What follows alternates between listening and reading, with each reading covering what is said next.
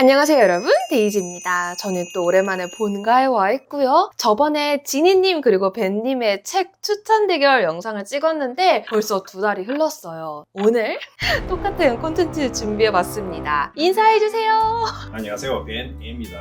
지니입니다. 지난 2달 동안 많은 책들 좀 읽으셨나요? 네, 읽었습니다. 넘었다. 지니님은 몇 권 정도 읽었어요? 한 15권에서 20권 정도? 아하, 벤님은? 난 8권 정도. 오, 많이 읽는다 진짜. 정말 5권에 2분. 오케이, 그러면은 책 대결 시작해볼게요. 오늘 누가 먼저 시작하실까요? Man first. 오케이, 땡큐. 게임 1. 사도세자가 꿈꾼 나라.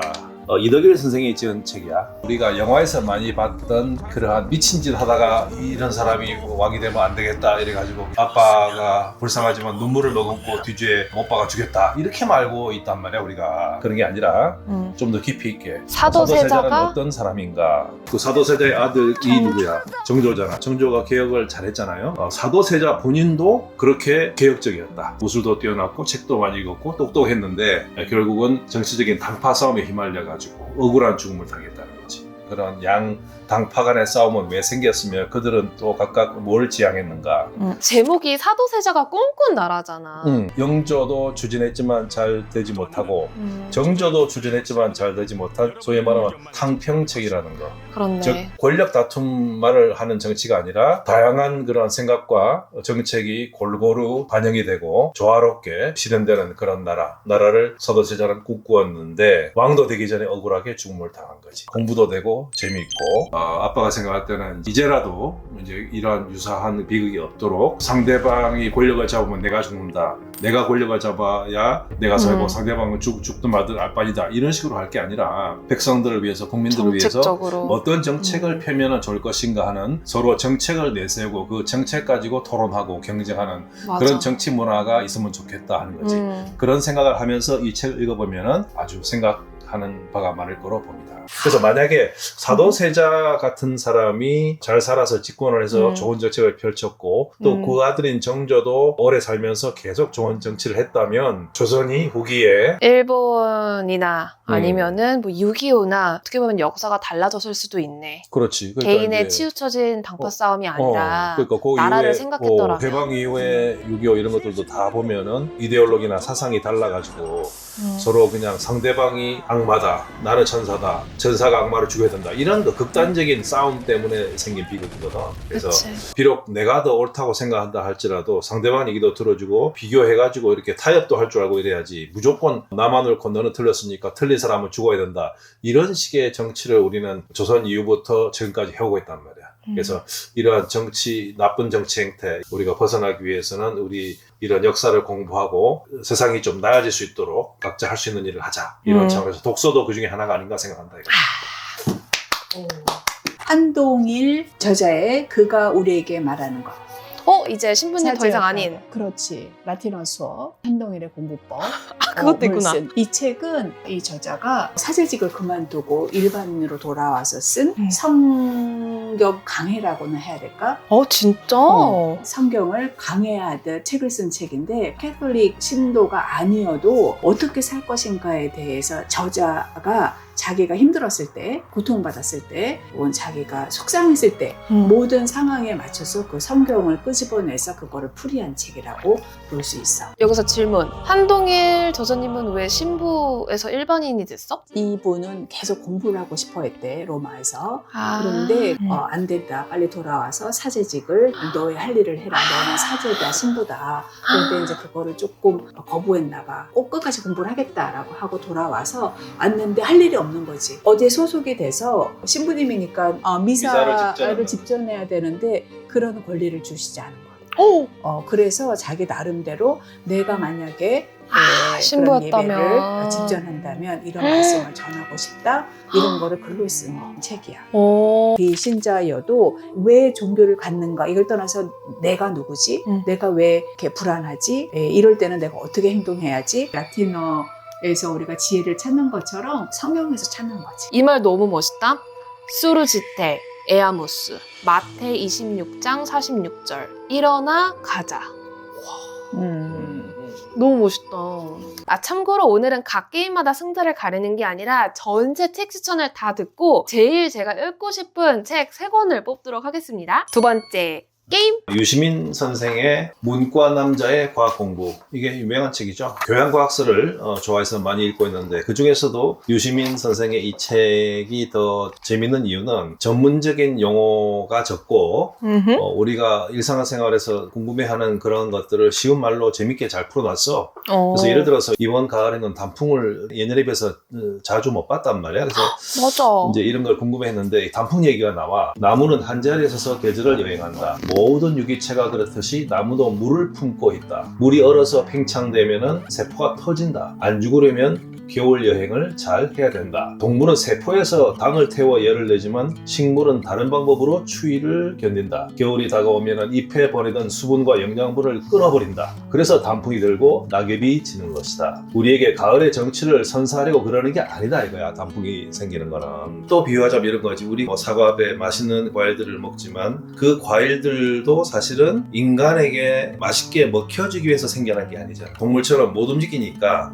자유롭게 움직이는 동물들, 새라든지 과일을 따서 먹고 나서 씨를 땅에 흘려주면은 그걸 통해서 또 후손을 낳을 수 있기 때문에 동물들을 활용하는 거지. 이 세상의 모든 존재는 서로서로 주고받는 것이지 어느 한쪽이 일방적으로 이득을 얻거나 일방적으로 희생하는 것은 아니다는 오묘한 진리도 깨달을 수 있다 이런 말이죠.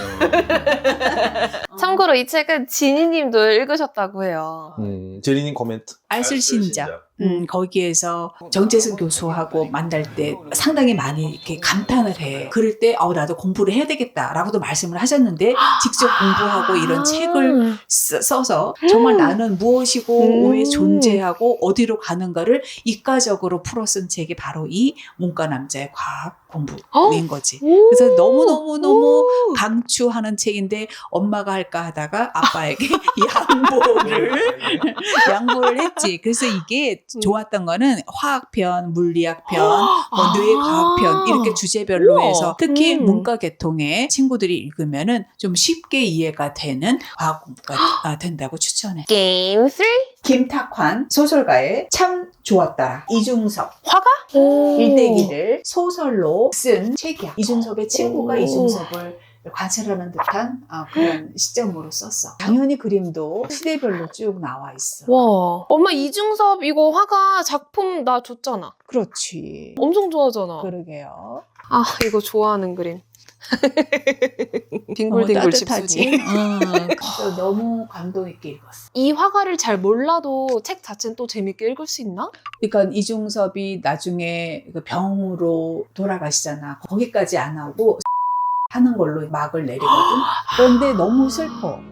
왜냐면 옛날에 북한에서 형님이 백화점도 하고 그래서 되게 몰랐어. 행복하게 살다가 피난 와서 얼마나 힘들었겠어. 힘들게 살고 이런 그림으로 사후에는 이제 유명해졌지만 살 동안에는 아주 힘들었다. 그 힘듦이 그 좌절이 아니라 성공에 대한 그림이 아니라 그림을 그리고 싶은 또 가족에 대한 미안함, 가족을 그리워하는 것 그걸 다 그림으로 쏟아냈잖아. 일종의 편지네. 가족에게 보내는 편지네. 전기 같은 책에 그 사람의 활동 모델 이렇게 나온 거 참 좋더라. 그래서 이거를 읽고 통영에 갔으면은 통영을 좀 더 자세히 더 알 수 있었을 텐데 통영 다녀와서 이 책을 읽게 돼서 조금 아쉽더라고. 또 가면 되지. 게임 3. 자, 이번에 소개할 책은 제4의 물결, 답은 역사에 있다라는 책이야. 과학기술의 발전이 아주 가파른데 지나간 우리의 역사를 보면은 천재들이나 또는 훌륭한 군주들이 시행해온 정책, 거기서 지금 오늘날의 그 신기술들의 힌트가 되는 그런 것들이 발견된다 하면서 그런 걸 재미있게 설명한 책이거든. 이제 그것도 그렇지만 나는 오히려 이 책에서 주목한 부분은 뭐냐 하면은 스승이 제자보다 너무 뛰어나면은 오히려 제자가 발전하지 못한다 하는 이제 그런 일화를 소개하는데 세종의 일화, 그 다음에 명나라 황제의 일화거든. 세종의 경우에는 이수라는 스승이었는데 이수가 아주 성의껏 굉장히 그 세종을 잘 가르쳐줘서 세종이 성군이 되는데 기여를 했지만 막상 이수 자신은 또 과거를 보면은 3번이나 떨어진 거야. 학문이 좀 덜한 거 아닌가 생각했지만 그러나 세종은 항상 말하기를 우리 스승은 인품이 아주 훌륭하고 교양이 아주 넓고 깊다 이런 얘기를 했단 말이야. 그러니까 그런 인품과 교양이 깊은 사람이 반드시 시험에서 좋은 성적을 내는 것은 아니다 하는 거지. 이거와 반대되는 경우는 명나라의 황제, 임진왜란 때 도와준 황제가 명나라의 신종인데 이 신종이라는 그 명나라 왕을 가르친 사람은 엄청난 천재였고 신종이 어릴 때 쉬지도 못하게 막 잠도 모자라게 막 그냥 닥달하면서 가르쳤거든.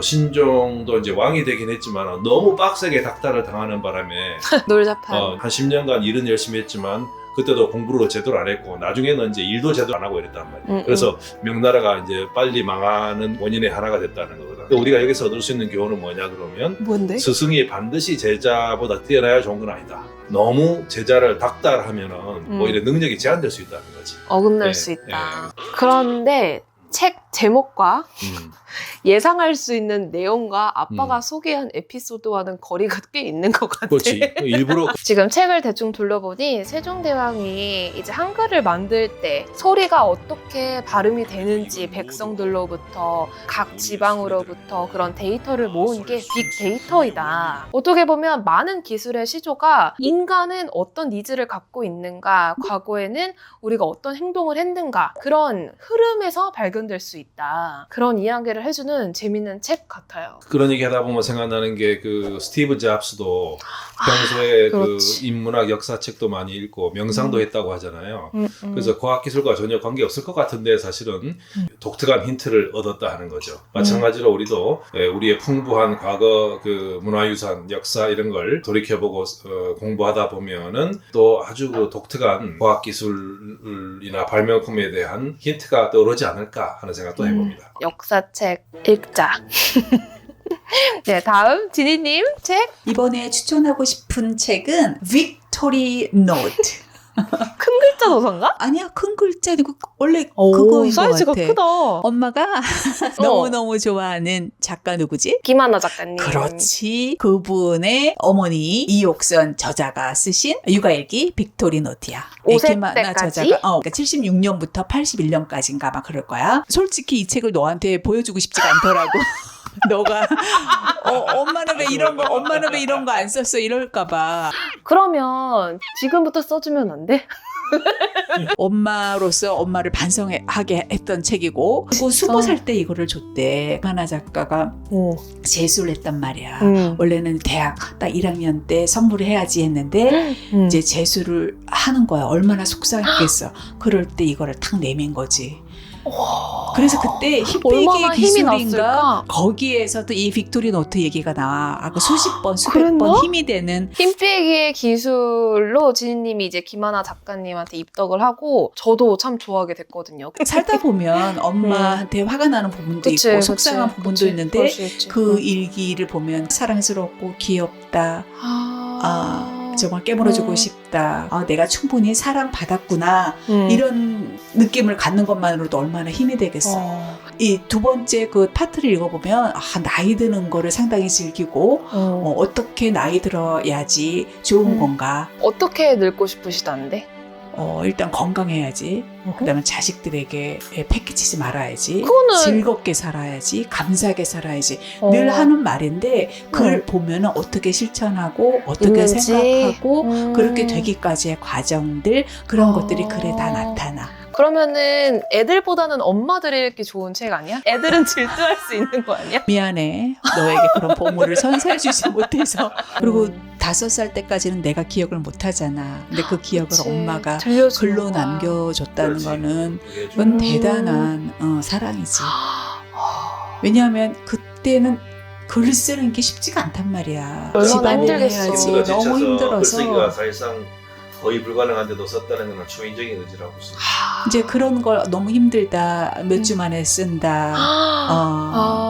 그게 다 느껴지잖아. 아, 참 힘들었겠다. 그러면서도 그 아기가 첫 웃었을 때, 첫 말을 했을 때 그런 감탄이 나오거든. 우리도 똑같이 경험했잖아. 근데 그거를 왜 글로 안 당겼냐 이거지, 속상하게. 정말 그런 생각 많이 했나 보다. 많이 했지. 그래서 조금 안타까웠어. 또 지금 연말이잖아요, 여러분. 내년에 한번 일기를 써볼까 하는 때이기 때문에 일기 안 쓴 저와 함께 이 책 읽어보시면 참 좋을 것 같다는 생각이 드네요. 게임 4. 이번에 소개할 마지막 책은 마치 시 제목 같은데 하늘과 바람과 별과 인간 김상옥 물리학자. 물리학자의 책이에요. 너무 엄청 크고 두껍다. 오늘 아빠는 뭐 여전히 과학과 역사. 역사 책 2개. 교양과학 서적이기 때문에 과학기호라든지 물리학적인 어떤 단어 지식도 좀 나오긴 하지만 나는 이럴수록 오히려 주류가 아닌 약간의 에피소드, 아웃사이더 같은 그런 내용을 또 고르는 걸 좋아하거든. 그럼 여기서는 뭐냐 하면은 넷플릭스 드라마 중에 삼체라는 게 있었잖아. 그치. 그게 중국 작가 류츠신의 소설인데 그 외계인이 그 지구인한테 너희는 벌레야. 우리가 볼 때는 이런 구절이 나오는데 인간이 벌레로 보일 만큼 앞선 문명을 가진 외계 생명체가 과연 존재할까? 우리 늘 궁금하잖아. 태양계 밖에 대해 잘 모르는데 지구에서 가장 가까운 별이 태양이거든. 태양이 항성이잖아요. 그죠? 항성이라는 거는 스스로 빛나는 별. 근데 거리가 1억 5천만 킬로미터야. 그래서 빛의 속도로 가면은 8분 걸려. 태양보다 조금 더 멀리 떨어진 그 다음 항성은 또 어디냐 하면은 알파 센타우리. 거리가 지구에서 40조 킬로미터야 무려. 그리고 빛의 속도로 가도 4년이나 걸려. 이렇게 멀리 있다 이거지. 거꾸로 말하면 태양이 우리한테 얼마나 고마운 존재인가 알 수 있지. 태양은 정말 지구의 모든 생명의 원천인데 적당한 거리에 있음으로 인해서 모든 생명이 살아갈 수 있다. 이거는 종교인이 아니라 할지라도 너무나 신기하고 기적적으로 고맙게 느껴지는 거잖아. 우주선이 알파 그 센타우리라는 별에서 삼체에 나오는 그런 앞선 문명을 가진 우주인이 온다 하더라도 300년 정도가 걸린다 이렇게 예상이 되는 거지. 그래서 이 300년 동안 오는 동안에 그 지구에서 벌어지는 스토리가 바로 삼체라는 소설의 내용이란 말이에요. 그래서 이제 책에서 보면은 또 여러 가지 이제 생명의 얘기, 분자, 원자의 얘기, 물리학 얘기 이런 것들이 나오는데 김상옥 선생도 과학에만 전문가가 아니라 인문학이나 역사나 여러 다른 학문에도 조예가 있고 상당히 생각도 많이 하고 공부도 하는 분이라서 종합적인 통찰력을 우리가 여기서 배울 수 있다. 이런 점에서 이 책이 굉장히 즐거웠고 고마운 책이었어. 고마운 책이었어? 지니님도 이 책 읽었나요? 제가 샀겠죠. 나는 읽기만 했죠. 산자와 읽은 자 간의 관계를 표현한 노래가 있잖아. 산자여 따르라. 여기서 이거 꼭 이거 추가했으면 좋겠는 게 뭐냐 하면 프랙탈 원리라는 게 있잖아. 그게 뭐냐 하면 미세한 조직에서 구현된 것은 거시적인 엄청나게 거에서. 먼 우주 차원에서도 또 반복된다 하는 게 프랙탈 이론인데 가장 좋은 예가 보면은 원자핵을 두고 전자가 이렇게 구형으로 도는 것이 마치 태양을 중간에 두고 그 행성들이 도는 거하고 마찬가지로 똑같이 구현되고 있다는 거야. 그러니까 이게 너무나 신기하지 않냐는 거지. 태양과 행성들이 또 은하계를 돌고 있거든. 그리고 은하 전체가 또 우주를 돌고 있다고. 그러니까 이런 게 프랙탈 이론이거든. 그러니까 뭔가 진리가 있긴 있구나, 그지? 이런 걸 볼 때 참 신비하다. 우리 세상이 이런 걸 또 한번 느끼게 되죠. 책이 두꺼워서 읽으신 분? 손? 용기를 주세요. 벌써 마지막이네. 여기도 또 김하나 작가가 나오네. 스테판 치바이크의 어두울 때야 보이는 것들이 있습니다. 추천사. 이분이 1881년도에 태어나신 분이거든. 이분이 유대인이란 말이야. 책이 독일에서 금지되고 공개적으로 불태워졌대. 그래서 38년도에 나치 피해서 영국으로 이민 가고 미국으로 갔다가 또 브라질까지 가서 브라질에서 아마 자살을 하셔. 유적들을 모은 수필집인 거야. 치바이크가 유서에 내가 사랑했던 세계가 사라졌다라고 썼대요. 그러니까 망명자의 고독감 그리고 인류에 대한 믿음의 붕괴 이런 것들에서 요인한 걱정 없이 사는 기술. 지금 생각하는 거잖아. 나에게 돈이란. 그치? 그다음 필요한 건 오직 용기뿐.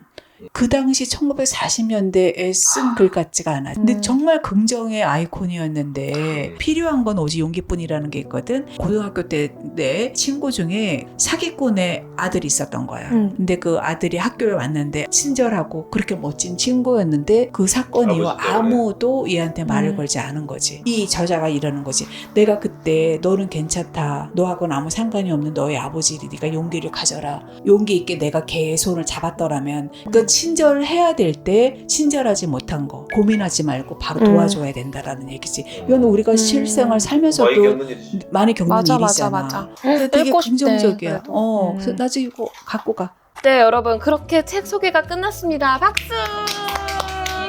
저의 탑3 바로 뽑아보겠습니다. 여러분의 탑3도 궁금한데요. 제가 그냥 듣고서 정말 이거 너무 읽고 싶다. 넘버1은 여러분도 예상하시지 않을까. 바로 문과 남자의 과학 공부입니다. 여러분도 예상하셨죠? 네. 이 문과 여자의 과학 공부 기대하겠습니다. 다음 책으로는 바로 이중섭의 화양연화 참 좋았더라 김탁환 장편 소설입니다. 저도 이제 지니님의 아트 라이팅 이중섭 화가를 참 좋아하거든요. 여튼 이 책을 기필코 읽어야겠다 생각이 들더라고요. 여튼 이렇게 탑2고 이제 탑3가 어려워요. 사실 요 빅토리 노트 읽고 싶긴 한데 질투 이슈로? 정말 질투 이슈로 공동선정. 공동선정할까 그러면? 이것도 다 예상하시지 않았을까. 바로 사도세자가 꿈꾼 나라입니다. 물론 벤님이 이걸 저에게 빌려주실지는 또 다른 이슈 같습니다. 당연히 빌려주지 왜 안 빌려줘. 이제 연말이니까 짧게 한 말씀 해주시죠. 자, 여러분 올해 정말 상상도 못한 예기치 못한 일 때문에 놀랬고 다들 걱정 고민도 많이 하고 있는데 우리 다 같이 용기를 내서 우리 자신들에게만 아니라 전 세계 시민들한테 대한민국 시민들의 아주 뛰어남을 보여준 아주 흐뭇한 그런 시간이었습니다. 내년에는 우리가 좀 더 우리 자신도 다잡고 또 나라도 좀 더 안정이 되고 발전할 수 있는 어떤 계기가 마련될 것으로 믿고요. 또 그동안에 우리 각자는 이제 좋은 책도 읽고 그 책을 통해 즐거움과 함께 교養도 얻고 실력도 쌓아가는 그런 내년이 될 것으로 믿습니다. 근데 지금 너무 대한민국 국민들한테 하신 말씀 같아요. 그러면 그래도- 책 읽는 독자들이 대한민국 국민이지. 그래도 데이지얼 구독자님들한테 해피 뉴 이어리라도. 자, 우리 데이지 허 독자 여러분들도 더욱더 행복하고 즐거운 새해가 되시기를 바랍니다. 감사합니다. 즐거운 시간 함께해서 너무나 행복합니다. 내년에도 우리 행복을 주는 책, 그리고 감동을 주는 책 우리 서로 많이 읽고요. 건강하고 행복한 시간들 되었으면 좋겠습니다. 감사합니다. 메리 크리스마스 앤 해피 뉴 이어. 그럼 안녕 여러분. 안녕. 바이바이.